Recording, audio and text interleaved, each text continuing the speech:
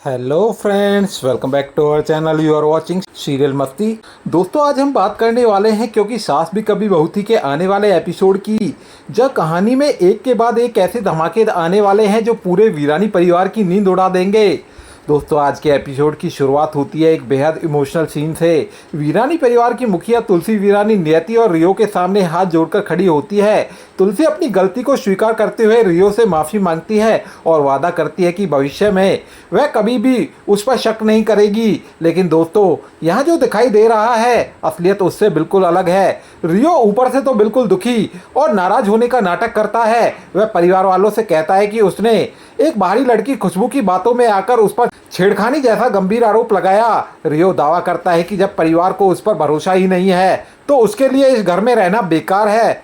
रियो की बातें सुनकर पूरा परिवार भावुक हो जाता है। तभी तुलसी सबके सामने एक बड़ा सच उजागर करती है। वह बताती है कि रियो कोई और नहीं बल्कि उनके बेटे अंश का बेटा है, यानी रियो भी वीरानी परिवार का हिस्सा है। तुलसी अपने ठाकुर जी की कसम खाकर कहती है कि अब वह कभी भी रियो पर शक नहीं करेगी। गौतम, साहिल और बाकी सभी परिवार वाले भी रियो को अपना समर्थन देते हैं और उसे भरोसा दिलाते हैं कि अब वह इस परिवार में पूरी इज्जत के साथ रहेगा। लेकिन दोस्तों, असली खेल तो इसके बाद शुरू होता है। जेल में बंद खुशबू की अचानक जमानत हो जाती है। सभी को लगता है कि शायद किसी शुभचिंतक ने उसकी मदद की होगी, लेकिन जब खुशबू जेल से बाहर आती है तो उसके सामने खड़ा होता है रियो। यहीं पर रियो का असली चेहरा सामने आता है। रियो हंसते हुए खुशबू से कहता है कि यह पूरा मोलेस्टेशन वाला ड्रामा उसी का रचा हुआ था। उसने जानबूझकर एक ऐसा खेल खेला ताकि वह तुलसी और पूरे वीरानी परिवार का भरोसा जीत सके। खुशबू यह सुनकर हैरान रह जाती है। रियो साफ शब्दों में उसे शहर छोड़कर हमेशा के लिए चले जाने का आदेश देता है। वह कहता है कि अब उसका काम पूरा हो चुका है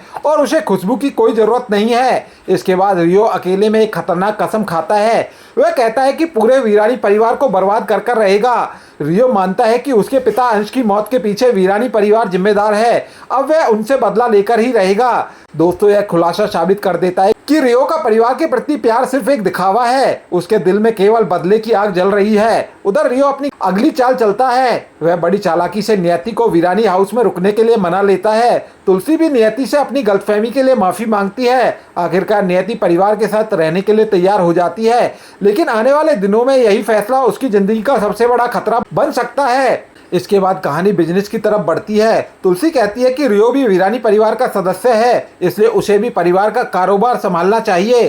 फैक्ट्री पहुंचते ही रियो की मुलाकात वैष्णवी से होती है।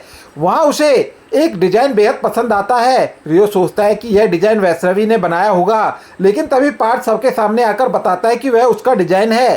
पार्थ की बात सुनकर रियो उसका मजाक उड़ाता है और उसे बंदर कहकर अपमानित करता है। यह देखकर साफ पता चलता है कि रियो के अंदर कितना घमंड और नफरत भरी हुई है। अब आने वाले एपिसोड में सबसे बड़ा ट्विस्ट कहानी को पूरी तरह बदलने वाला है। जल्द ही नियति का एक भयानक एक्सीडेंट होने वाला है। इस हादसे के बाद पूरा परिवार सदमे में आ जाएगा। लेकिन सबसे चौंकाने वाली बात यह होगी कि रियो सीधे तुलसी पर आरोप लगाएगा।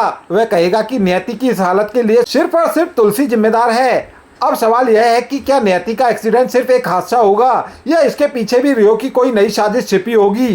क्या रियो सचमुच वीरानी परिवार से बदला लेने के लिए किसी भी हद तक जा सकता है?